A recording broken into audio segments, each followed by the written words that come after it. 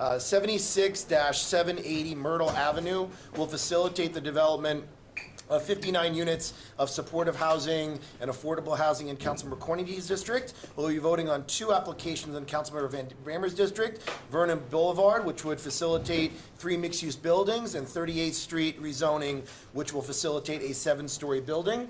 There is the Left Rack City Parking Garage in Councilmember Moya's district, and Beach Channel Drive, Clintonville Street rezoning, and the 71st Road rezoning, which would all legalize existing uses in Councilmember Ulrich, Vallone, and Kozlowitz's respective districts. There is Terrence Cardinal Cook, an application that would facilitate the rehabilitation of Flower Hill, a nursing facility, and the development of a 32-unit residential building in Councilmember Ayala's district. And there are 2 land use items relating to the Urban Development Action Area Plan, UDAP, Blake Hendricks in Councilmember Inez Barron's district, and the NME 3 West 140th and West 150th Street development in Councilmember Perkins' district. We also have a plan today to close Rikers Island that is coming up for a vote, as well as several pieces of legislation that will expand the rights of those currently incarcerated to ensure communities impacted by this closure have important resources. These bills are an important component of our plans to reform our criminal justice system. The first bill is sponsored by Councilmember Diana Ayala. It would require increased reporting on the implementation of borough-based jails, the borough-based jails plan that we're voting on. It will require the Mayor's Office of Criminal Justice, MOCJ, to issue a progress report on closing jails on Rikers Island and any related efforts to both reduce the jail population in the city and open jail facilities outside of Rikers Island. MOCJ would also be required to report on jail population trends, the timeline for the closure of Rikers Island, budget and procurement contracts related to the closure, design and construction of jail facilities, and changes to information technology infrastructure and staffing plans. The bill would also require an additional report from the Board of Correction on the impact of the construction of city jails on the department's compliance with the Board of Correction minimum standards and the impact of any significant changes to the design or construction of any new facilities on incarcerated individuals. The Board of Correction would be required to issue a report on conditions in facilities prior to the Department of Correction housing incarcerated individuals on conditions at such facilities. And the Board of Correction would also be required to give the board access to blueprints, program plans, and other materials related to design and construction of facilities. Next is a bill sponsored by Councilmember Powers, which would require new correctional facilities to be modernized and built in a way that is more livable for people in custody. The bill also allows incarcerated individuals to decorate their own cells and requires DOC staff to address people in custody by their names and preferred pronouns where practicable. And I invite Councilmember Powers to come up. Diana will speak when she talks on Rikers later about this bill and on Rikers.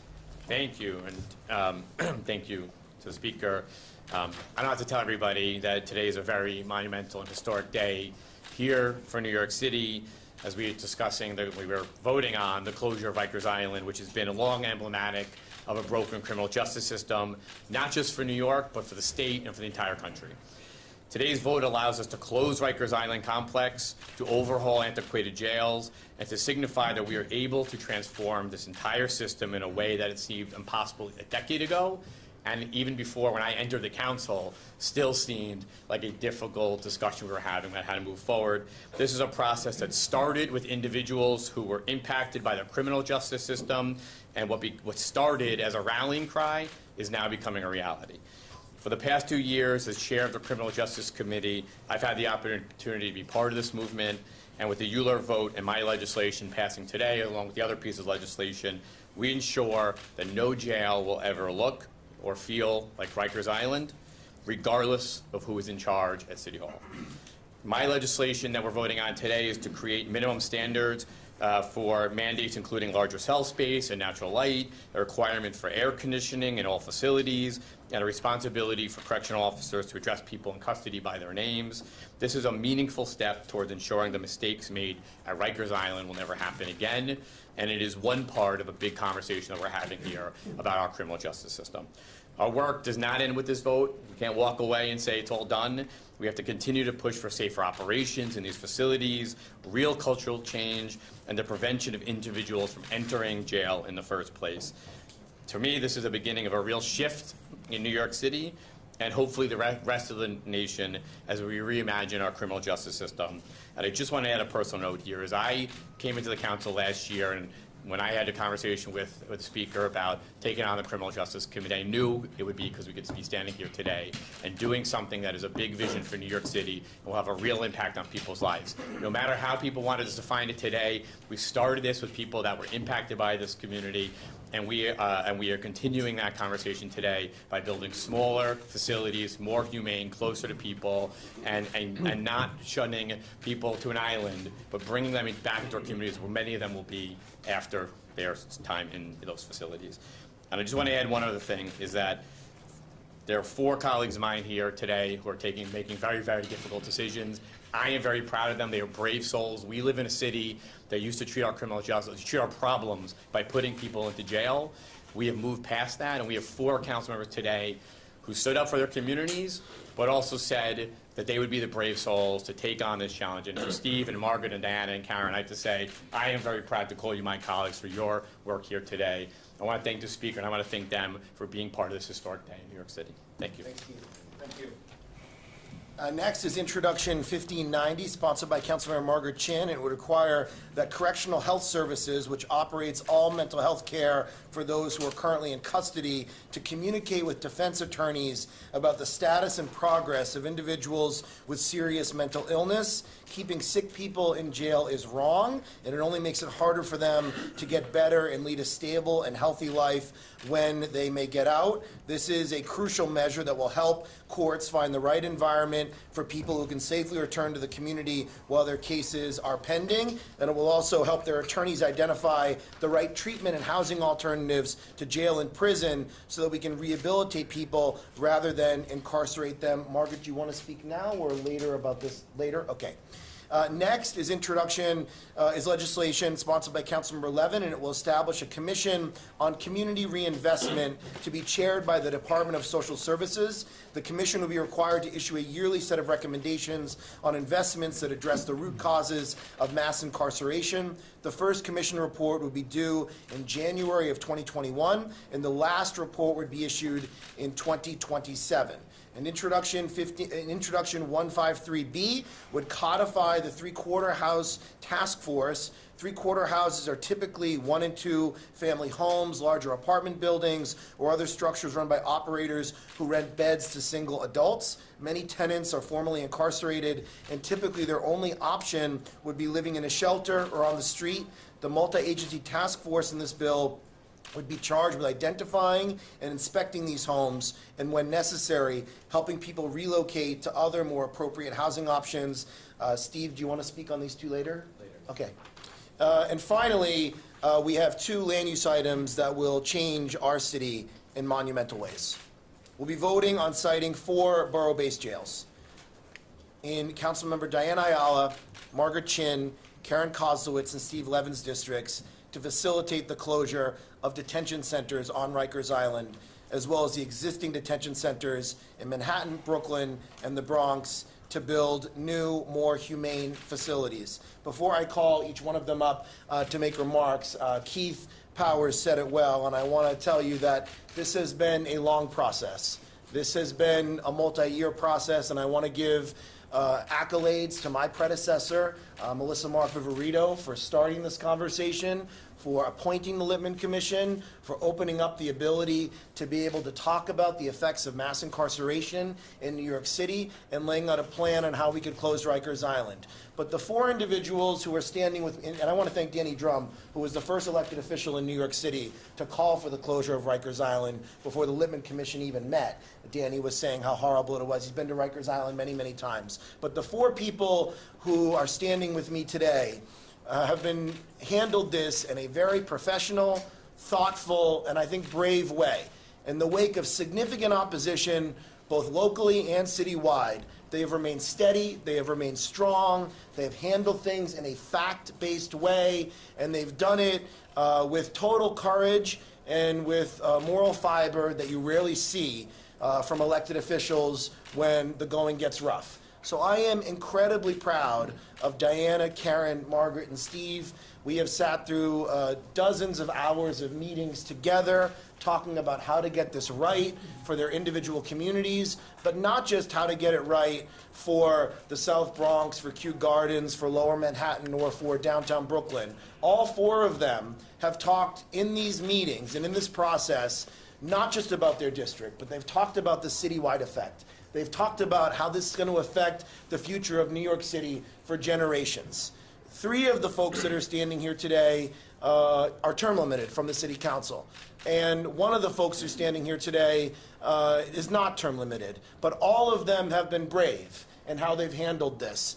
And I am so incredibly proud of them. I am proud of how they have been able to really think about what their legacy is going to be, not what votes are going to happen in the next election, not what stories will be written on the day of or the day after, but what will be written about them 10 years from now, 15 years from now, 20 years from now.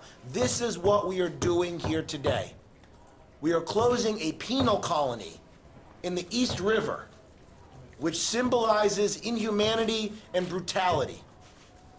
We cannot solve all of the world's problems in today's vote. That is not possible. I wish we could. But we are doing something very, very significant here today. And we are not just building new facilities to house incarcerated people. We are announcing over $300 million in investments today in housing, in mental health, in restorative justice, in supportive housing, in transitional beds. This is not just about making the facilities better, though that is important. It's about getting to the root of the problem of mass incarceration and ensuring that people coming off of Rikers Island or out of state prisons are able to reintegrate back into society and get the support they need. Mass incarceration is a failure and has been a stain on the United States of America and the city that we love. And the four people standing here today, over the last many years, have thought about this, have been substantive and compassionate. They've met with formerly incarcerated people. They've met with people in their community. I am so incredibly proud of all of them. What we are doing today is a good thing.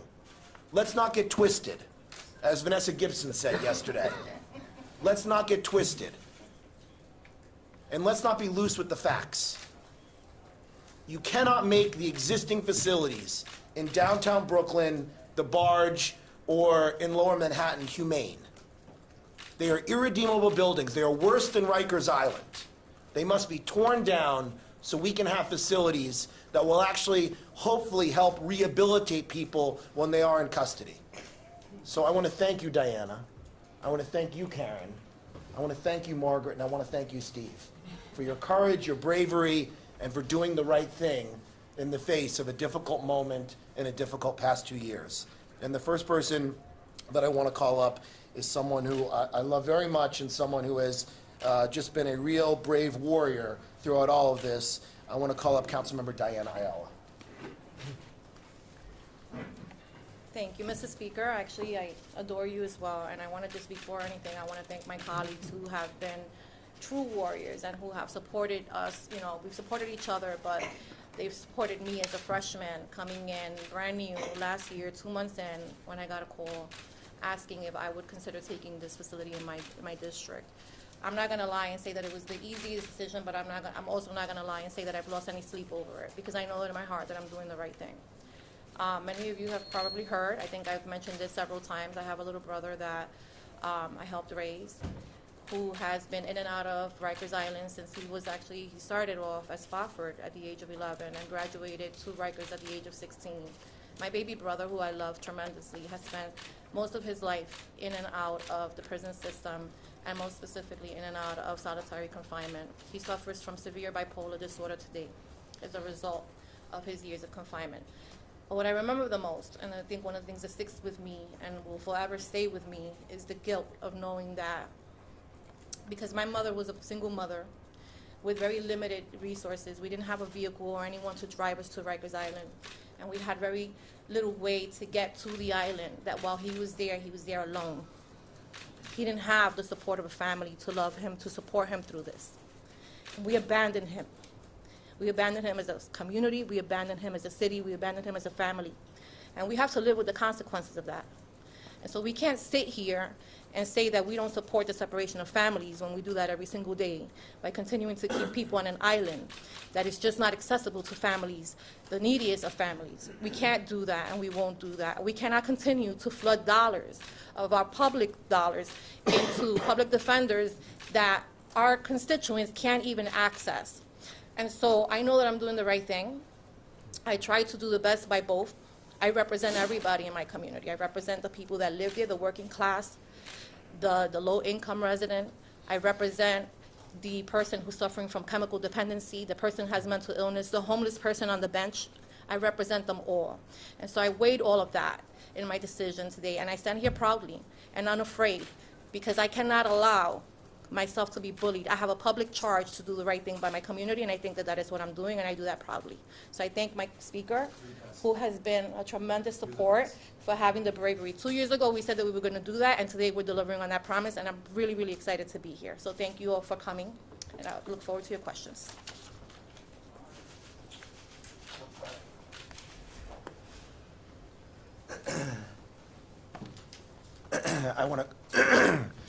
Next, I want to call up one of my closest friends, someone who has the longest-serving member of the New York City Council, and I am very proud of her courage and bravery throughout this entire process, Councilmember Karen Koslowitz. Thank you, Mr. Speaker. I'm going to save most of my remarks for today at the Stated, but I just want to say that it's a humane thing that we're doing today. I have been to Rikers. I have been to the Kew Gardens jail.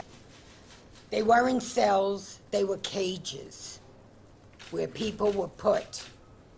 80% of the people have not been convicted yet, and they're treated like animals. This has to stop. There was a jail in Kew Gardens. There were over 500 inmates in Kew Gardens with very little effects to the community, if any. I think that this facility being built is a facility that's going to help people to readjust. Yesterday at the land use, one of the land use hearings, I sat in front of a row of people that were at Rikers Island. And, you know, if I ever had a question in my mind about what to do, I just had to look at their faces on the reaction of comments that were being made. They're out of jail, but the pain that they got in jail is still with them. So how can we be inhuman and not want to help these people? So today, I am proud. This is the hardest vote I have taken in my entire career. But you know what? I go to sleep at night, and I sleep very well. The people that say no have no solutions. They just say no. Well, that's very good, and people like to hear that. But you know what? What does no mean? It means nothing. It means the same. So today I am proud. I'm going to be voting yes. Thank you. Thank you, Karen. Next up, I want to call up a colleague who helps so many people, and her heart is always in the right place. And she has been dealing with a lot of issues locally. You saw the horrendous murders take place in her district recently, and she was there in the aftermath. Someone who I respect very much. I want to call up Councilmember Margaret Chin. Thank you, Speaker. First of all, I want to thank you for your leadership and your support throughout this whole process. And as my colleague said earlier, the four of us, at least we can stay together, Diana, Karen, Steve, and give each other support. You know, 2 years ago, when this independent commission on New York City criminal justice and incarceration, led by advocates who lived the experience in the criminal justice system, issued a report with a goal that many thought was impossible, the closure of Rikers Island. And then from that report came the plan to shut down Rikers and shift to smaller system, a modern service center facility located closer to the courts. That makes a lot of sense. And I understand the passion felt by those in my community and throughout the city who fundamentally disagree with the mayor's plan. For Chinatown, it's helpful to remember that the Manhattan Detention Center has coexisted with the neighborhood for decades. And the plan for 124 and 125 White Street will not create a new jail, but will transform the MDC into a more humane and safe facility. This is a critical step that we cannot skip on any path to close Rikers Island. Still, of course, there was no doubt it was not a perfect process. The Lower Manhattan community had asked for a stronger plan that addressed the impact of construction of the surrounding neighborhood and on our senior who happened to be right next door. From the beginning, I urged City Hall to address my concern and my constituents' concern. But the duty as a city council member cannot end just at the edge of the district. Some decision demands more. The vote before us today certainly does. It represents a once-in-a-lifetime chance to once and for all condemn the moral stain that is Rikers Island to the history book. We can no longer tell those who are trapped in a horrific cycle of incarceration to wait. We must turn the page now. And, you know, our efforts has to continue. This is not the end. It's really only the beginning. Our effort to deepen investment for the marginalized community, hold the administration accountable to the community's concern, and end the broken policy that roots in punishment and oppression and not rehabilitation. We will continue to work harder than ever. Look, this decision is a decision that's personal to so many of us in many different ways. And I firmly believe that closing Rikers now is the right decision. So I will be supporting this plan today. And I thank you again to the Speaker and to my colleagues for their support.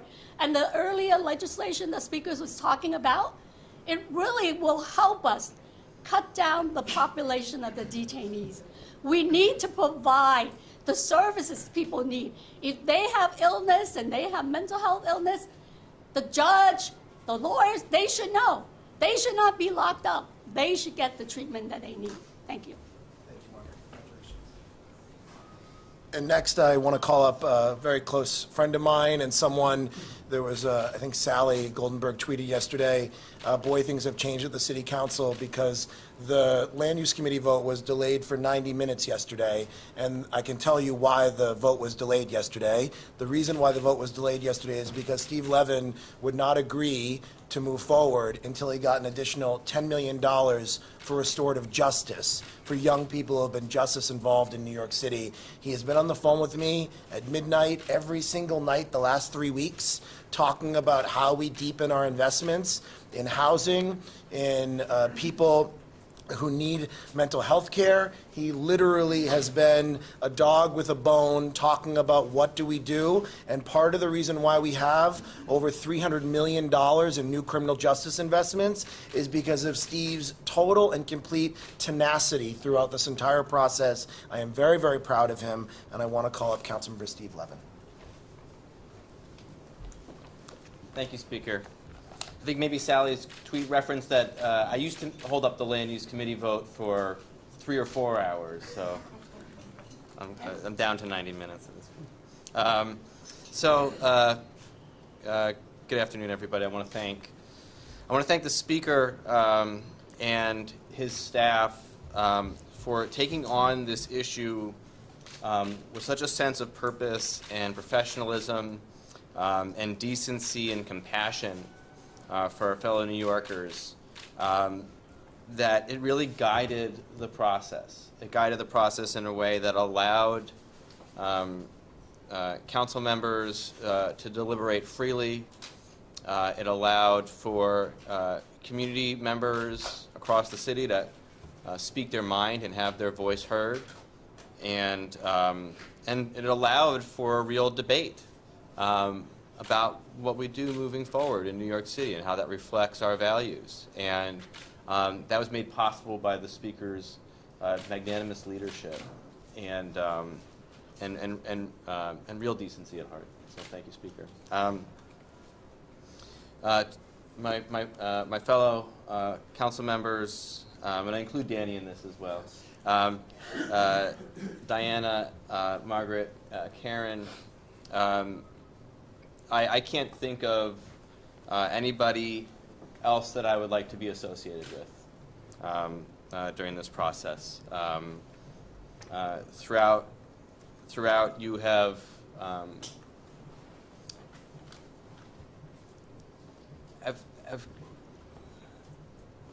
looked towards what the right and decent thing to do is, and how to help the most people in the ways that we can, using our own abilities that we have here, how to do the most good for the most people, and it's very admirable what you have done, and I thank you. As has been said, this is a historic step forward in our city. The vote that we take today is going to affect communities for generations, and it will start us on a path to a more equitable and just treatment of our fellow New Yorkers. The vote to close Rikers Island and move to a smaller borough-based system today is a result of years of advocacy by people who have lived firsthand the tortures of the jail, and the leadership in this council, initially led by our former Speaker Melissa Mark Viverito, has listened to those voices. It is the formerly incarcerated leaders who have changed the narrative and held the elected officials accountable, and our city owes them an immense amount of gratitude. We can't wait any longer to close Rikers Island. The unconscionable treatment of people detained at the jail, the outdated and inhumane conditions, and the severe isolation of an island away from family members and legal services necessitates that we close it as soon as we can. The campaign to close Rikers has also always been about more than just closing down the physical structure. It is about reshaping our system to one that invests in and supports communities instead of one that relies on incarceration and pretrial detention. It's truly incredible to see how far we have come in our thinking, and I have been heartened by the conversations that we are having to push for a new way forward. We have been tasked with a larger vision for change and an opportunity to make jail a last resort in New York City. And at the start of this process, we recognized that significant work was needed to get there. And through ongoing community engagement and roundtables and forums with directly impacted leaders, local residents, advocates, community justice experts, and social services providers, we were able to secure the following changes that got us to where we are today. First, we dramatically reduced the number of people that will be arrested and detained in New York City. The closure of Rikers is rooted in decarceration and requires that we push ourselves further on community justice reform. Thanks to changes at the state and local level, we will be able to reduce the number of incarcerated people to 3,300 by 2026. That is down from 12,000 just a few years ago, and is the lowest jail population New York City has seen in generations. In a city of 8.7 million people, this reduction is momentous and is closer to full decarceration than any other city in the U.S. The resolutions that we are passing today are instrumental in allowing us to have accountability for this process moving forward. And we realize that we need to earn the trust of New Yorkers and making sure that what we say is happening today is actually going to happen in reality in the coming years. In addition, we are investing in communities that are harmed by incarceration and shifting towards a system that provides resources instead of jail time. Ending a system based on criminalization demands that we replace it with something better, programs, housing, and supportive services are needed to address the root causes of why people are put into the carceral system in the first place. And so today we are committing to real dollar investments in our communities to address our city's housing, social services, health care, and community justice needs. This includes funding for new transitional and supportive housing, as the speaker said, mental health crisis response teams and respite centers, and increased funding for cure violence programs citywide. I'm particularly proud of the funding, as the speaker referenced, that we secured for restorative justice programming.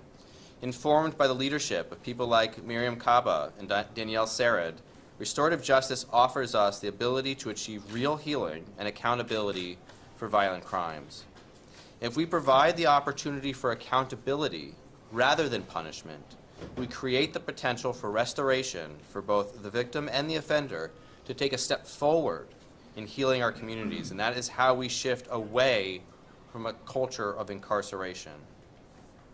The council will be investing $10 million over the coming years for restorative justice programs with an increased focus on community-based rather than just court-based solutions for misdemeanor and felony level cases. These investments are going to move us dramatically closer to a world that does not rely on incarceration as a primary response to someone who's in need of support, and will provide critical resources to keep people out of the criminal justice system entirely. I'm very proud to be voting yes on this application today. And this has been an effort that I have looked at. A lot of the individuals who have come to our hearings and met with us who have experienced firsthand the horrors of Rikers Island. I think about Khalif Browder and the horrors that he experienced at Rikers Island, and countless other people.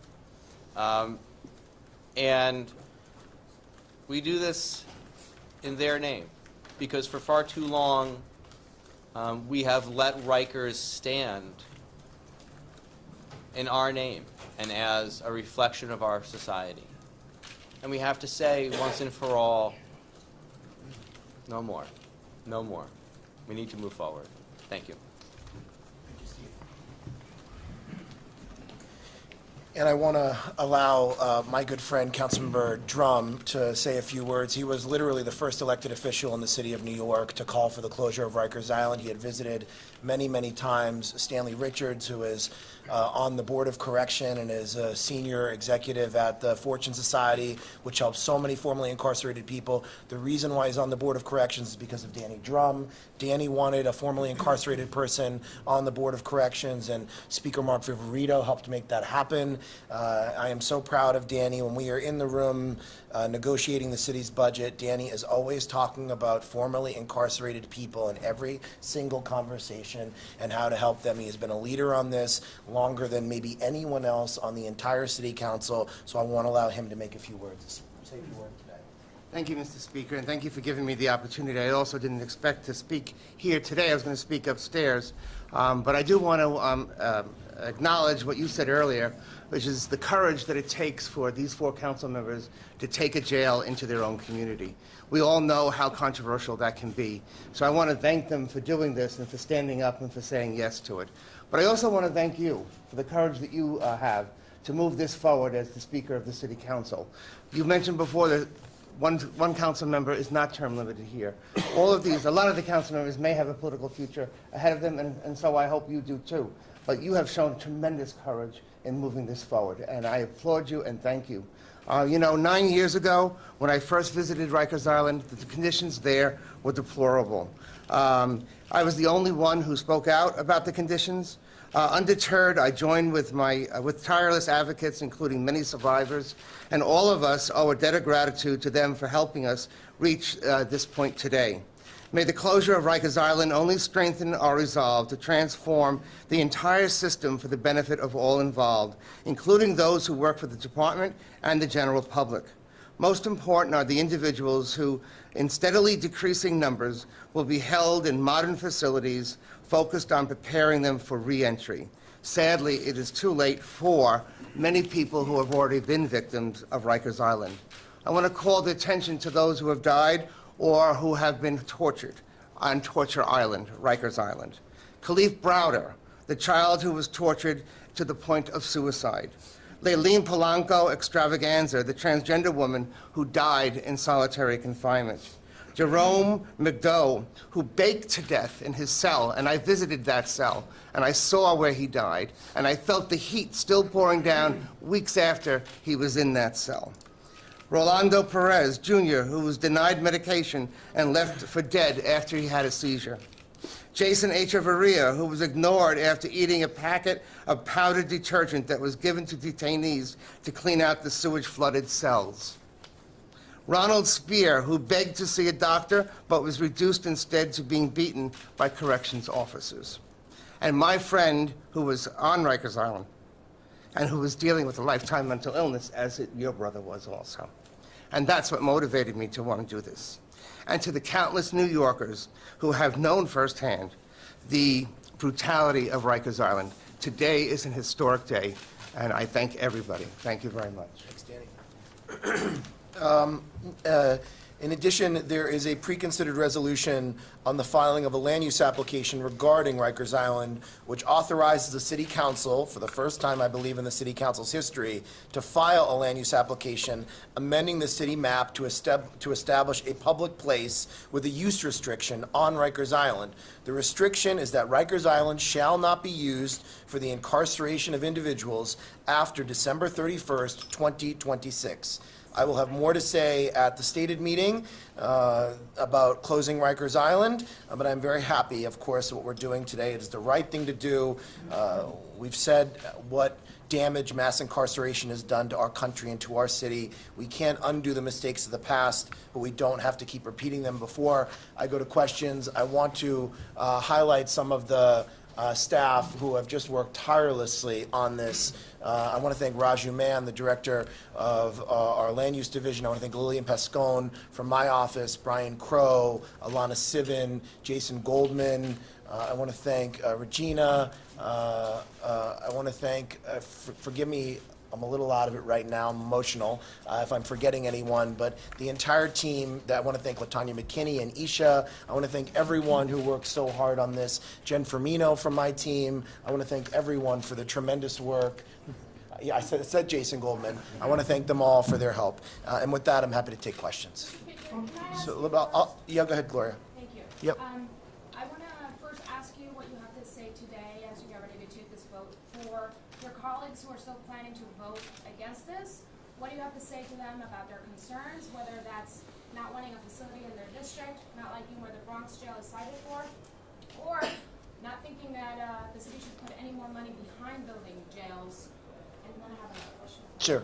So, you know, this is the right thing to do. It is the right thing to do because, as I've said before, Rikers Island is a symbol of inhumanity and brutality. It is dilapidated and irredeemable. It should have been closed down decades ago, and we are living with the after effects of it still today in our city. So this is the right thing to do. For colleagues that don't feel comfortable, you know, everyone has to make their own decisions. You heard very clear moral clarity from the 6 members that are standing here and why they've made their decision. I agree with what Councilmember Kozowitz said. I slept well last night, and I will sleep well again tonight because I believe we are doing the right thing for the future of our city, and I am proud of the members. Individual members have individual concerns. Throughout this process, we tried to allay some of those concerns that made sense. We weren't able to do that for everyone, but I'm very, very proud of the vote that we're taking today. If I may just follow up, this process started over 2.5 years ago with your predecessor. Yes. For the closure of She it. deserves an enormous amount of credit. The mayor at the beginning was in opposition. He called it a noble idea, said it couldn't be done, said it would take billions of dollars. It will take billions of dollars. What kind of partner was the mayor in the last few weeks and months as both sides were negotiating on this? And I mean, what kind of partner was he on this effort? The mayor and I met a couple of weeks ago to talk about what final negotiations would look like, and there was still a big divide that we needed to close in continuing to push for community investments. But I am very, very happy with where we ended up, and I'm grateful that the mayor has been supportive of this plan. He's been supportive of the members who have had to deal with this. He's been a partner on pushing for these citywide community reinvestments, and I'm really grateful for his leadership, especially his team. I want to thank particularly Emma Wolf, his chief of staff, and working with my team, Jason Goldman, and all the other folks that I mentioned, and making today possible. Our teams have been meeting almost 7 days a week for the last month in getting to today. They were meeting late last night. They were talking again this morning. So I'm really grateful for the partnership that we've had in making this possible today. Speaker, I have a policy question. Don't worry, I'm gonna call on folks. People don't have to yell. I'll call on folks. Yes. We have to go upstairs for this vote, too. And decreasing the jail population. The vote's not for another 90 minutes. I have a question about decreasing the jail population. How is that going to be done, and what do you say to people who call it fuzzy math? Well, it's a moving target, and the really big driver of getting the numbers down is the criminal justice reforms that were done at the state level earlier this year. With the bail reform law, it is, pretty well predicted that that number was going to go closer to 4,000 people. And to give context, as Steve mentioned earlier, in 1990 we were at 22,000 people who were incarcerated in New York City.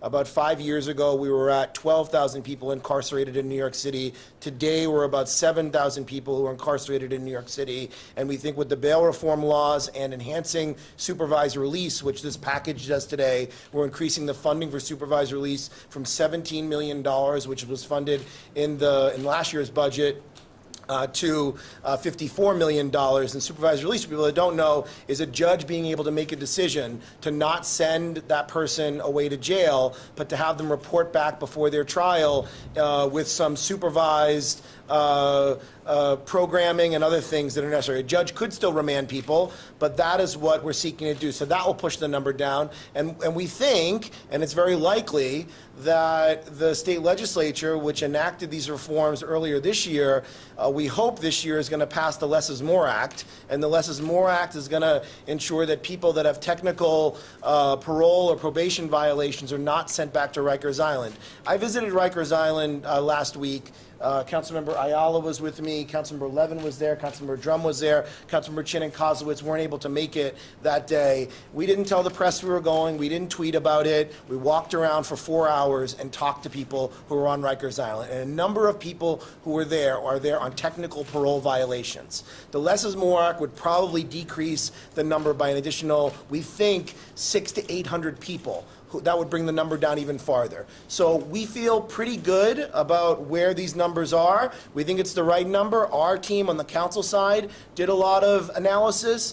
The Mayor's Office of Criminal Justice did a lot of analysis. We took in crime trends. I mean, crime trends are basically 10, 20, 30-year trends when you look at what's happened. And when you look at the money we're putting in, the $300 million, enhancing supervised release, the Less is More Act, and all these other things, we think that is the right number. And what if you don't hit that target and there's not enough space? That's another concern that people have. Well, the facilities are going to be built to have the capacity. The capacity is going to be a little bit bigger than 3,300, but that's what we think, because you need to build a little bit of excess capacity in case there is that. But we feel like the number is going to go down. We're happy to share our analysis with you. We're happy to share the analysis with the press that both MockJ did and the council did to show you how we arrived at that number. That's why we feel so good about it. I can't go into all the technical analysis right now, but our team has spent literally months and months and months on this to get this to the right number. Noah?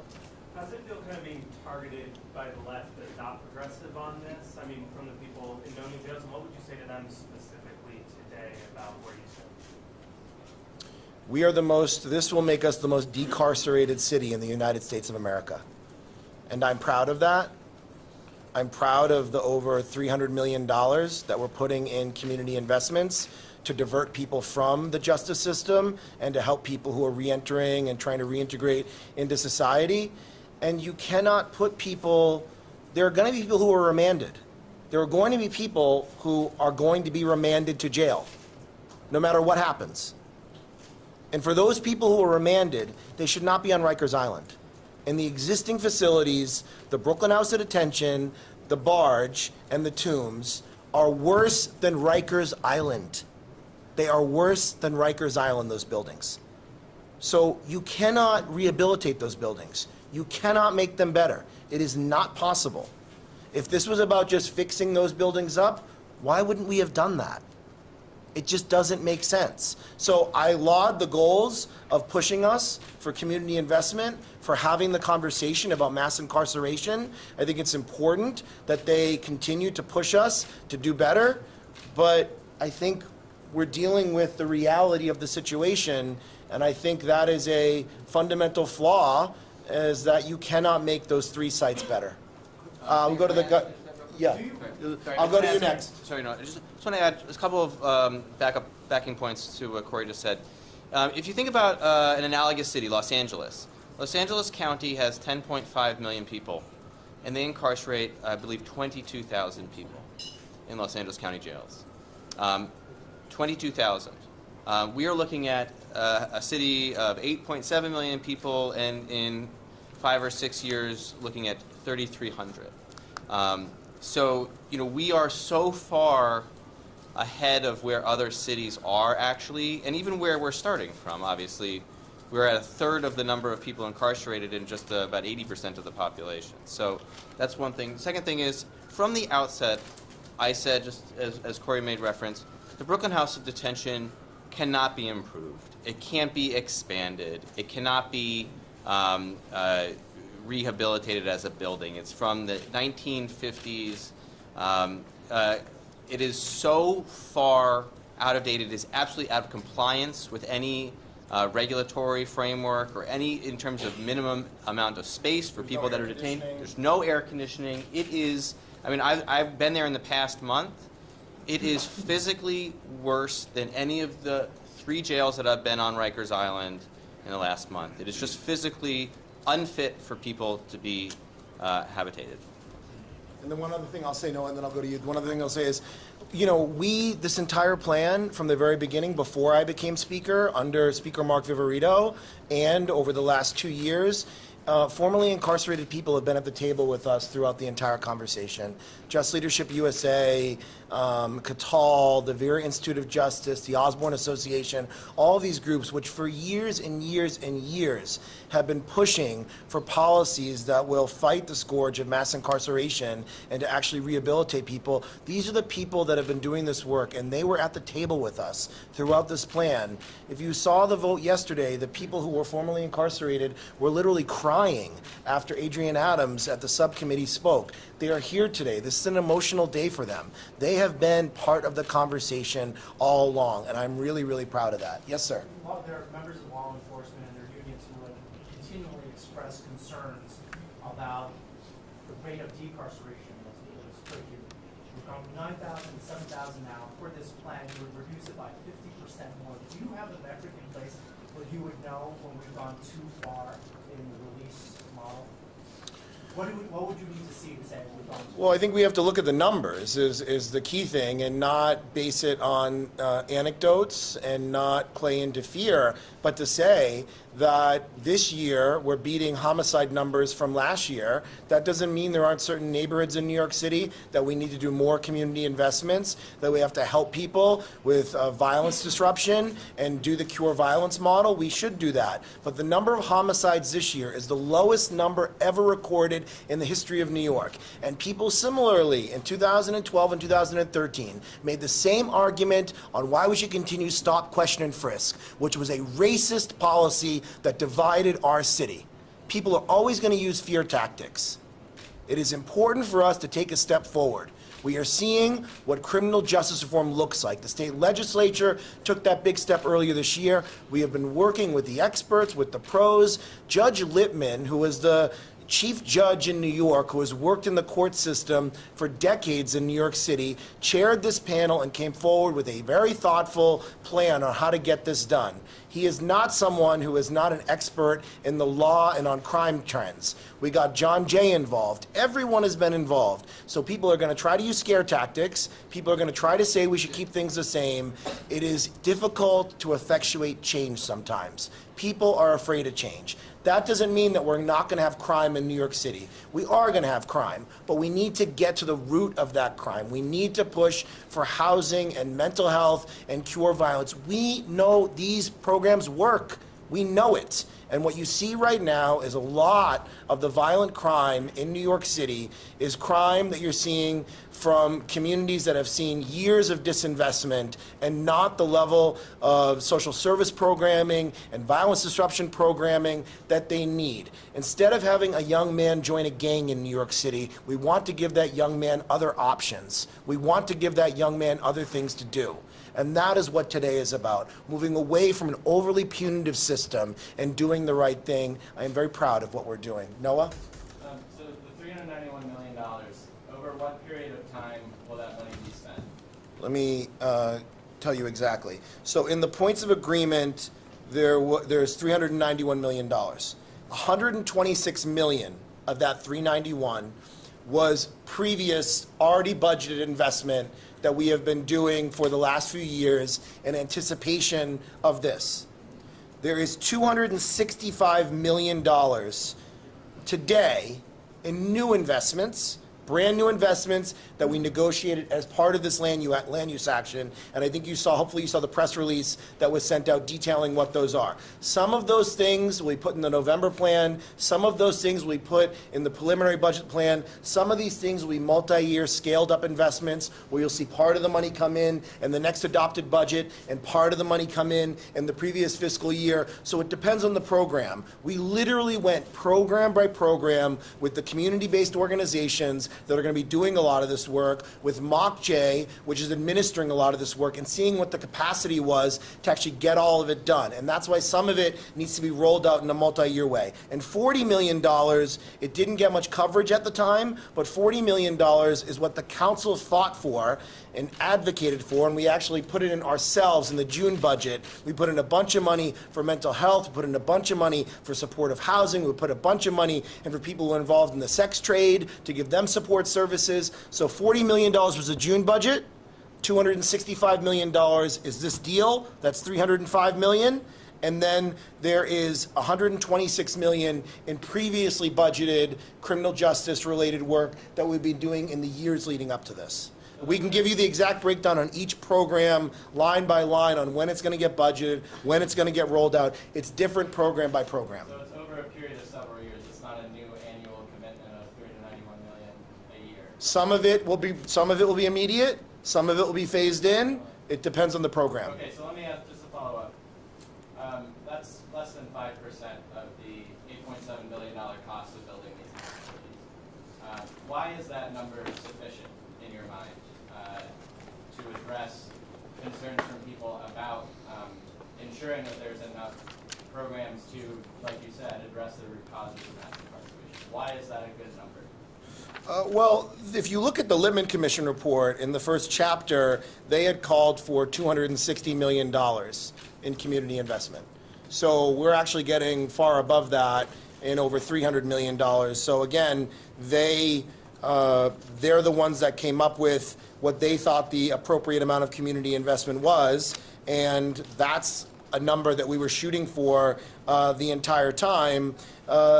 Do I think that this is fair compensation? I would not say that you could say it's proper or fair compensation, but the investments and policy changes secured as part of these negotiations, I think, are giant steps forward in the city's criminal justice reform efforts, as is closing Rikers Island. The two efforts go hand in hand, and we can't make false comparisons like this that doesn't help anyone. Technically speaking, the annual cost of each when converting capital to debt service is pretty close. We're going to see also a lot of savings from the Department of Corrections when you downsize to borough-based facilities. So, you know, I think we, again, I said when I started, we're not going to solve everything here today, We are still going to try to push for additional supportive housing, additional treatment for people who are seriously mentally ill in the upcoming budget. We got fair fares in my first 7 months as Speaker to help people who are living in poverty so that they don't have to jump the turnstile. These are things we do. You build on top of these things in each budget cycle and each time an issue comes up, and that's what we're doing here today. Sydney? So come 2021, once the mayor is out, potentially yourself and the council members who will be getting these jails in your districts either have to leave office or voted out potentially. What if the next administration and new council members want to scrap this plan and not open the borough-based jails? Is it foolproof from any potential challenges down the road? And are you concerned about any future opposition to these new jails and closing Rikers? I hope that the newly elected members that replace 3 of the members here today will be people who are committed to doing the right thing. And I think you're going to have these 3 members work to ensure that whoever their successor is someone that is going to be on board with sticking with us doing the right thing here. We're doing this map change on Rikers Island, and the only way to undo that is if a future city council and a future mayor decided to do that. That is a tough thing to do when the plan will already start. And so, you know, is everything always foolproof? No, but we are trying to make this as tight as possible to actually start with these facilities and close Rikers Island down in the tightest way that we think is doable. Rich? Piggyback on that question, like you said, you can't predict what's going to happen in future administrations. What happens if down the road politicians decide to go tougher on crime again and the prison population doesn't drop to the point that you want or goes up again? What's the backup plan for the prison population if there's not going to be enough in these jails?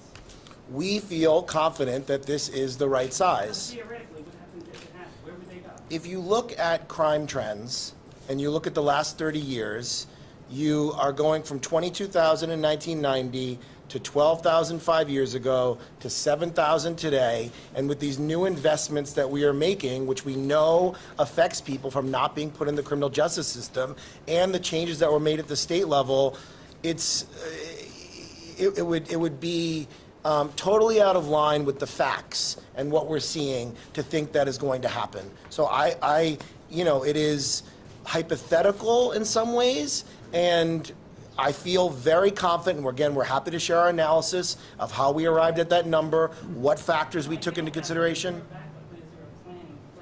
If that changed, a future administration, a future mayor would have to look at that. But again, we didn't want to overbuild these facilities. You didn't want to build excess capacity. You wanted to build the facilities in the way that you thought the numbers were going to add up. And that's what we did. We can do off topic as well if anyone has questions. Yes, Beth. Thank you. One thing that I'd like to hear more about is how will you ensure that the culture doesn't perpetuate? Because one thing that we've heard so much is about the violence on Rikers Island by corrections officers and inmates. And what plan is there to make sure that the next jails will not become violent like Rikers is?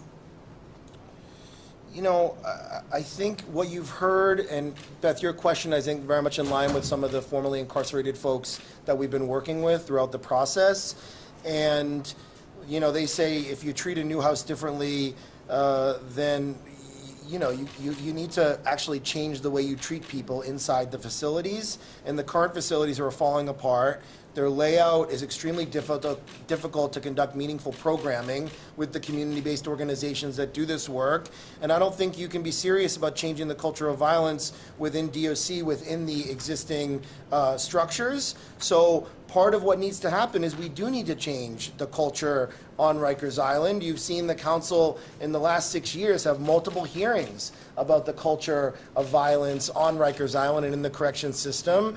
And we need to make sure that people get the training that they need. You've seen the Department of Investigation come out with multiple reports. You have a consent decree on Rikers Island right now because of the massive amounts of violence. So we need to actually change the culture, but also there's a lot of people on Rikers Island that shouldn't be there. There's a lot of people who are suffering from mental illness that shouldn't be on Rikers Island. And I think when you change a bunch of those dynamics by further decarcerating and getting people in appropriate facilities, like in therapeutic facilities, diverting them from the system, that's going to help. When you drive the number down and you do additional training and you do the work you need to do, I think you're going to see some change. Steve, did you want to say anything on this? I think you were talking about this before.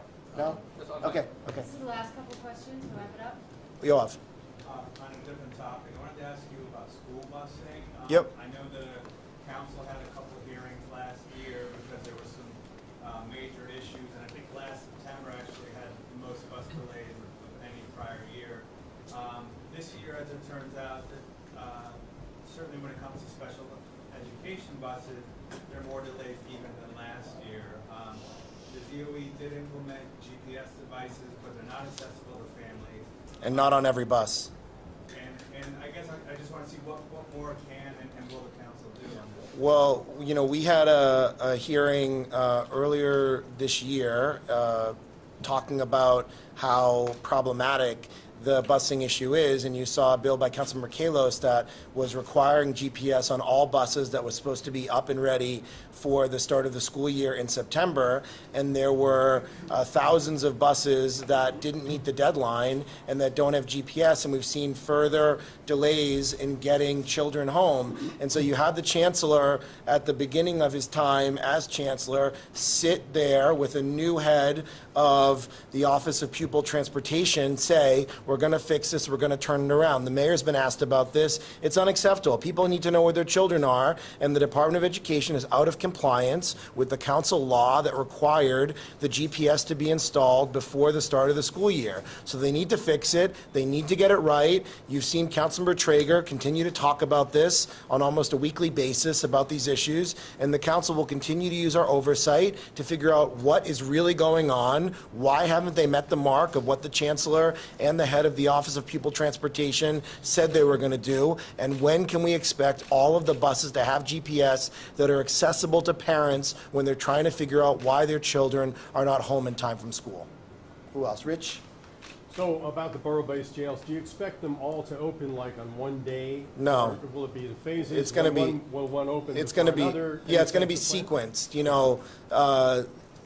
I think the Bronx is probably the easiest site because you don't have to do demolition. You'll have to do some remediation on that site because it's been a tow pound, and you're going to have to do some foundation work, but it's not the same as actually tearing a building down, which you're going to have to do in 3 of the other sites. So the sequencing, I don't have the exact sequencing with me.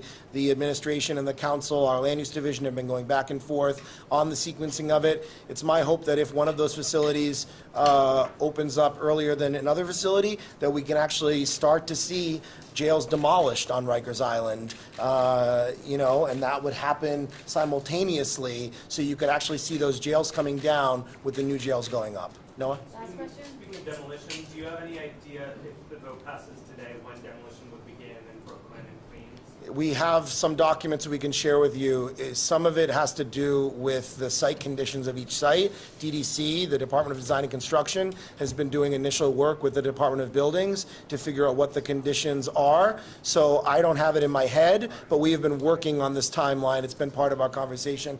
Is Raju here? Did Raju leave? Okay, we can get it for you, Noah. Yes? Do you think this plan would be politically possible if the crime rate in the city wasn't as low as it is today? Do you think that's part of why this is possible to make this happen now? I think the conversation has changed nationally. I think the conversation has changed here in New York City, and I think there was a lot of courage and bravery on the part of my predecessor, Speaker Mark Viverito, in taking this step and appointing the Lippman Commission and having that commission meet and make this recommendation. You saw that there were a bunch of folks that weren't on board when the Lippman Commission made that recommendation, but then we continued to see the conversation change in New York City and change nationally, so I think that had something to do with it, definitely. Anyone else? Noah? And then lower than Summer.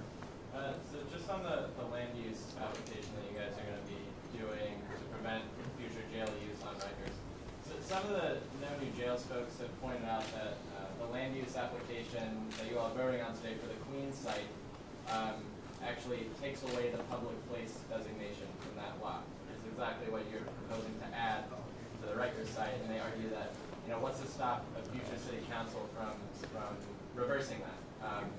I wonder what your... No, I don't. I don't even know what you're talking about. This is the first I've heard this. I mean, we can come up with conspiracy theories. We are closing Rikers Island. We are opening up better jails that are going to be more humane, that are going to have spaces for programming, that are going to have heat and air conditioning, that are going to do these things. Let's not get twisted. Let's not be loose with the facts. I'm happy to have the land use division. I could just speak to that really quickly. My question essentially is, what's to stop a future city council from changing their mind? But a future city council, keep in mind, would have to vote to reopen Rikers Island. That's what that vote would be. So I don't think, and I don't have a crystal ball, I can't see in the future, but I don't believe that sometime between 2022 and 2026, there will be a city council that in New York City that will be willing to vote to reopen Rikers Island, because that's what that vote would be. Summer? Speaker, how's the new funding being rolled out? Is any of it going to be reflected in November budget mark, or is it going to be next fiscal year? Is Regina here? Regina, come here for a second. So come on up here. So the new funding, some of it we're going to see in the November plan. Yes. Some of it we'll see in the November plan. Yes. Some of it we'll see in prelim. And remember, the plan is a multi-year plan, so some of the programs that will take many years to ramp up will show money in the fiscal year 2021 budget, and then they'll have the ramp up in 22 and 23. I think 2023 is the year we'll see the full value of all of the programs that we're newly adding in this course agreement funding. Great. Thank you. What's the ribbon? Today is Spirit Day. No, National Coming Out Day. Oh, National Coming Out Day.